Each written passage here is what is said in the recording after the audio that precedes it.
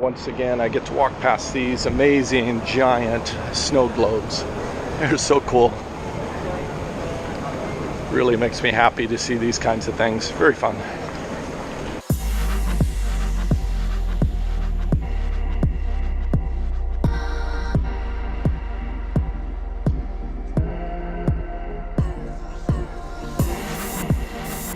Good morning. I'm in Barcelona in Spain and excited for the day. It's going to be a good day, I think. Today is a Sunday, and on the first Sunday of the month, which happens to be today, there's all sorts of amazing free things you can do here in Barcelona. So if you're here first Sunday, check out the list, look online, see what's available. Most of the museums are going to be free, usually in the afternoons, I think after 3 o'clock.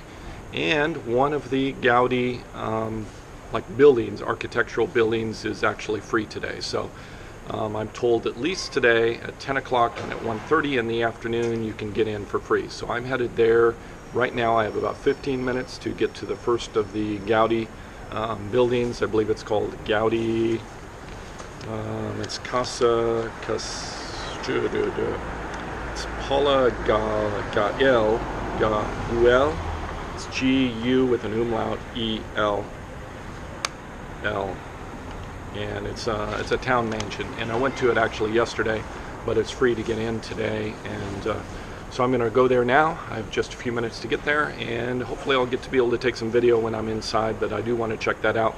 And this afternoon I'm planning to go see Picasso. Huge line here this morning. You can see the crowds. Absolutely impressive. You definitely want to arrive here early to get a good place in line. The front, and we're debating whether everyone gets a free ticket to get in today or if it's only like the first 500 people or something. Tickets, and we're told if it is raining that they're going to close the roof. Come into the display here, you get a little audio guide, and this lady will give it to you, and it's like a little telephone thing. You press the number for the room you're in, and then it gives you a little audio explanation. Pretty cool. They don't allow you to have backpacks, and outside they have a security thing where you got to go through a scanner here, take your coat off, any backpacks get search. So I like the style of these arches down here with the sort of parabolic curves on the tops and the narrow entryways for the posts.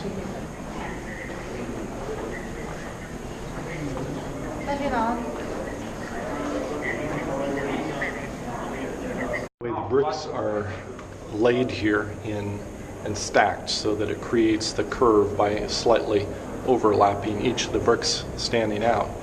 It's really an interesting way to create a curved line on a column.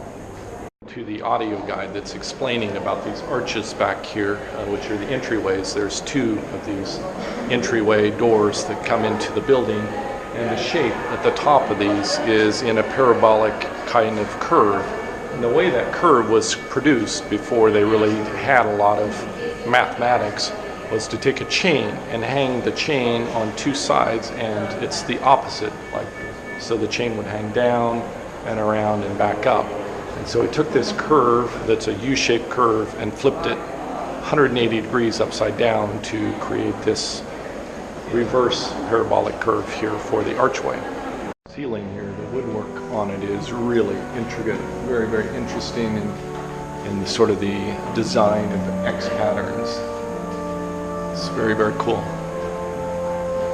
And over here, there are some nice columns and stained glass windows. A lot of wrought iron work, some of the fanciest wrought iron work I've seen anywhere. I also see the same woodwork in the ceilings here. There's very, very tall ceilings and very elaborate ironwork here for these lamps, obviously replaced with electric lamps now, but I imagine at one point these probably were candles or gas lamps. And over on the opposite side, some more of these interesting parabolic curves.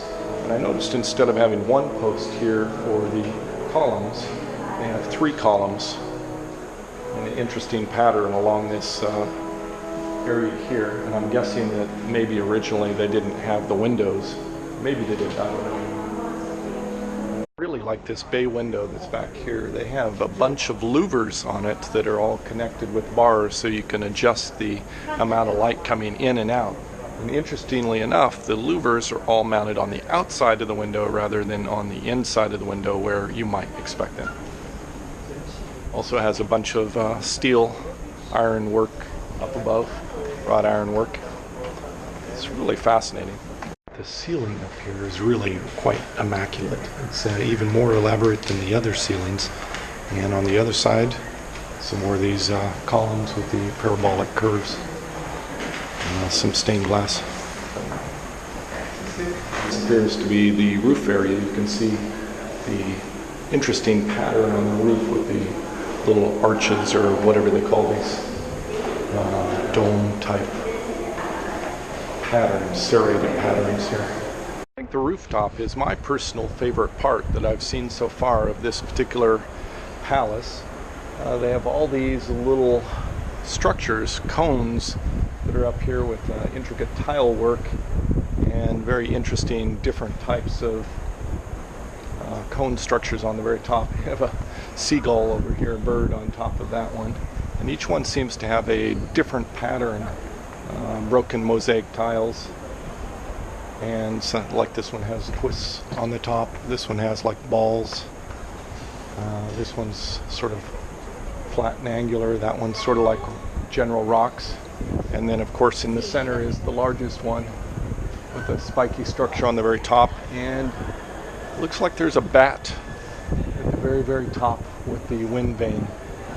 It's absolutely fabulous. It's very sort of Willy Wonka meets Dr. Seuss combined together. It's quite fun.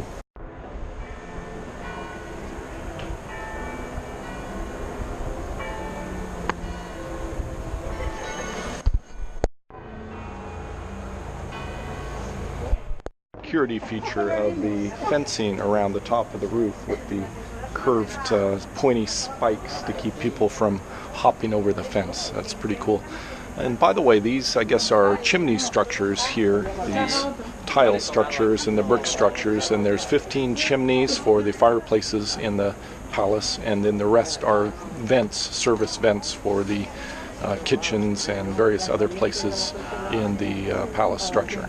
So anyway, that's I guess all there is for the palace here. It's pretty cool, and I'm going to go ahead and go down and find myself some lunch. The normal entry price for this particular exhibit is 12 euros, and today of course is free. I definitely recommend the free tour. It's absolutely fabulous to come here on a first Sunday and get in for free, and it's the way to go. I just passed through this central plaza here, and there's a lot of little vendors set up, I think in a little swap meet for Sunday, and they're selling rare coins and rare bills, I think the currency that's no longer used, maybe from Ottoman or Prussian money, things like that.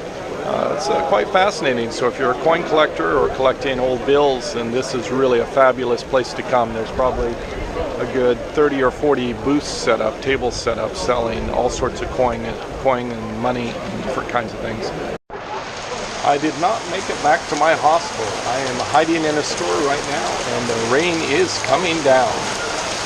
It's been raining here today, and you can see the ground's completely wet, and I've been inside my hostel. It's stopped for a little bit, and so I'm going to head out and try to go to the Picasso Museum today. It's free on the first Sunday of the month, and it's not too far from my hostel, so I'm going to walk over there and see if I can get inside, and then hopefully I can make it there and back with no rain.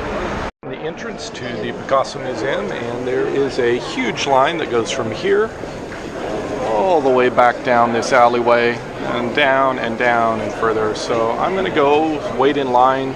Hopefully I'll be able to get in.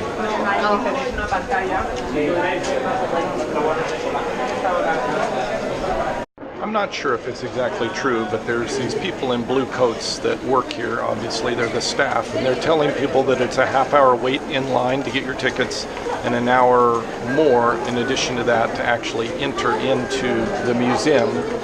And so they're predicting that it's an hour and 15 minutes before you'll actually be able to enter into the museum to see the artwork, and that you need about an hour and a half, 2 hours inside Now, they just opened up the free tickets at 3 o'clock, so I'm not sure how this all works out in the math, but they're just indicating that there's not enough time to see it. For me personally, it's not worth over an hour wait to get in, even if it is free. So I'm going to go ahead and bail and skip out on this. I'm just not fond of waiting in line.